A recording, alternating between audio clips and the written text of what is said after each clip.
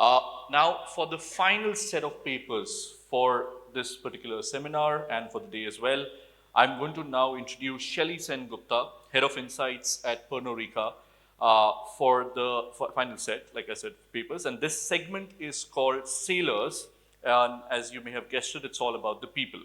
The segment is brought to you by Nestle. Nestle is constantly pushing the boundaries of what's possible with food, drink, nutritional health solutions to enhance the quality of life and contribute to a healthier future for all. Welcome, Shelley, and over to you. So good afternoon, everyone. What an amazing 1.5 days it's been till now. Very engaging and very invigorating. I've thoroughly enjoyed myself, and I hope all of you have as well.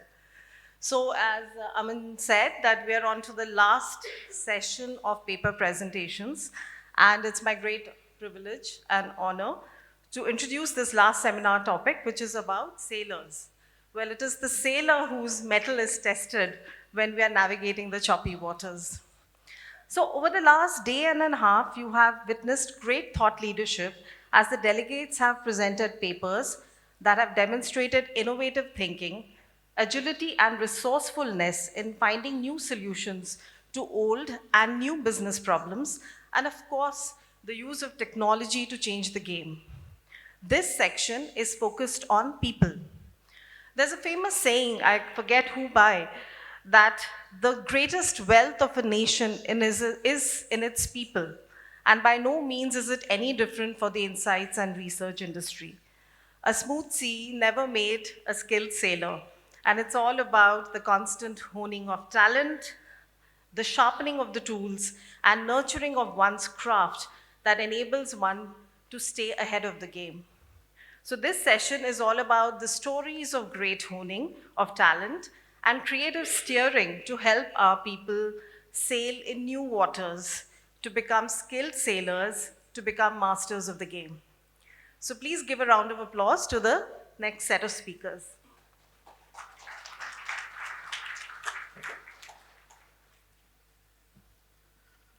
Thank you so much, Shelley.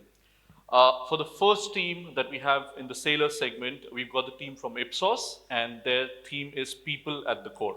Welcome, team. Check. Are we audible there? At the back? Okay. Very, very good afternoon, everybody. And we promise you we'll keep you wide awake after even the good lunch we all had. So I'm Swati from Business HR team. And today with me, we have Ayushi, who is from the commercial team in Ipsos.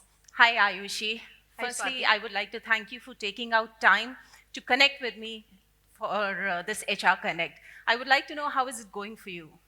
So Swati, thank you so much for connecting with me, and I've been meaning to talk to somebody to reach out because of lately I've been feeling a bit low. I have a lean team as of now, the work is demanding, the work pressure is increasing.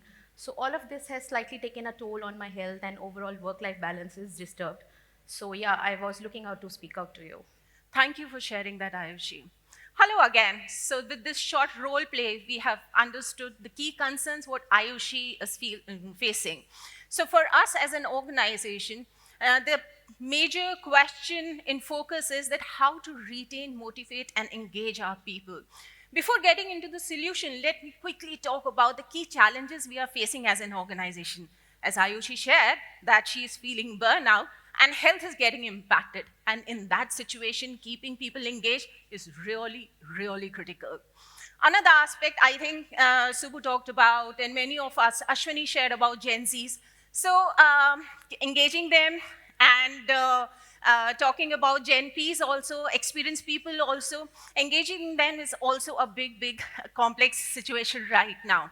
And we all know the current situation is of gig economy. And I don't think that anybody is feeling shy to move out of the working space and following their passion as a career. So overall, this is leading us to fear of resignation. So now we have taken lots of actions, we have taken lots of initiatives too. So I'll not feel shy to say that many of them didn't work, right?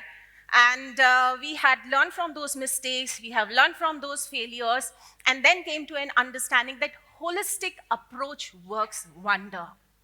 And most importantly, it's important to focus on people, but it's really, really important in today's time to go beyond to their families also. And I think after COVID, we have learned hard ways the flexibility is the key. And also, our major new workforce is going to be Gen Z. So maintaining that beautiful balance between experience and Gen Z is very, very critical. So I would like to mention we do continuous surveys, engagement surveys. We do regular HR connects. So it's not only about doing these connects, doing these surveys, it's also about closing the loop, right? And taking actions on the feedback what we have received. And on that basis, I would say it's a continuous process. And after learning from all the feedbacks and insight which we receive from our people, we have created a beautiful framework, which is a 4-pillar framework. The first pillar is total well-being. I think in today's time, we all understand the importance of health. So overall, the focus of this pillar is focusing on holistic health aspect, which could be mental, physical, emotional, and even the family inclusion too. So we have been doing lots of initiatives in this aspect. So I would like to share one. So we have internal team of mental health first aid practitioners in-house, and they really help us big time in supporting in all these initiatives. Second is engagement, so which is beyond regular festivities, events, and even beyond sometimes HR connects also. So we have lots of beautiful initiatives around that. So one initiative which we are doing, I feel we are doing very, very different in this space, is Generation Ipsos Advisory Board. So we have this beautiful connect or cohort of Generation Ipsos who are our Gen Zs, and we involve them in challenges which are faced by us as an organization. And in the mentorship of our senior expert, they really work wonders. And third pillar is rewards and recognition. So it's all about, celebrating those small or big achievements around our people. So whether it's country level, regional level, or at global level too. Very one unique award, I would tell, storytelling award, right? We celebrate that. Third and a very important pillar is learning and development. It's all about creating that kind of culture around learning and development. Again, we do believe in that it needs to, our people needs to be developed across levels. So we have a variety of programs around that. But one program which really stands out is Generation Ipsos, the year-long program to develop our Gen Zs. So I know it looks really fancy here, but unless we can show the impact of this program, it's not worth moving. So as you see on the screen, yes, attrition has been impacted positively, and GPTW is the another feather in the cap. Beyond that, there are many aspects which has helped us in showing, yes, the impact is there on our people, and that to a positive impact. So our Ipsos engagement scores have been positive and way ahead than our global scores too. So on that basis, I would like you to see whatever we are doing in this space and listen to our GIs too.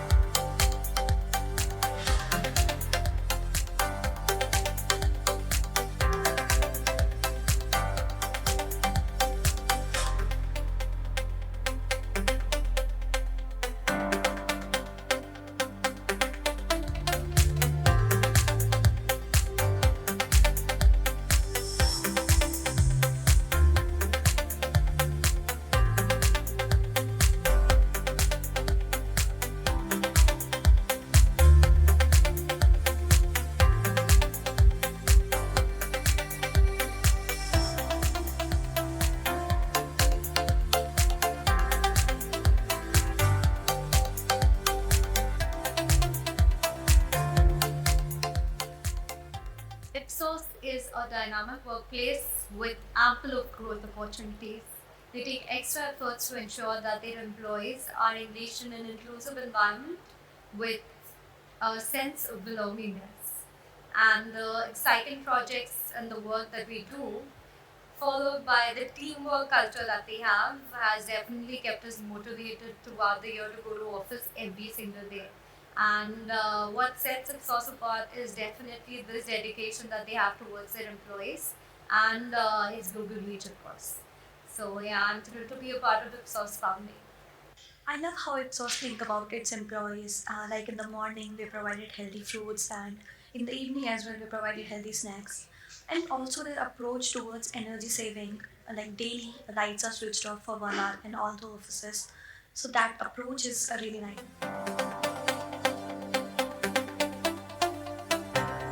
Okay, we have heard our people talking, and I think whatever we have done reflects their smile beautifully. So we have heard from our Gen Zs also. Now it's the time to get back to our experience people also. Hi, Ayushi. So again, thank you for taking out time. I know it's been really long since we have connected. I want to know, how are you doing? Thank you, Swati, for the multiple connects that we have through the entire year. In terms of work, I would say that I'm better placed. I have the team at hand now.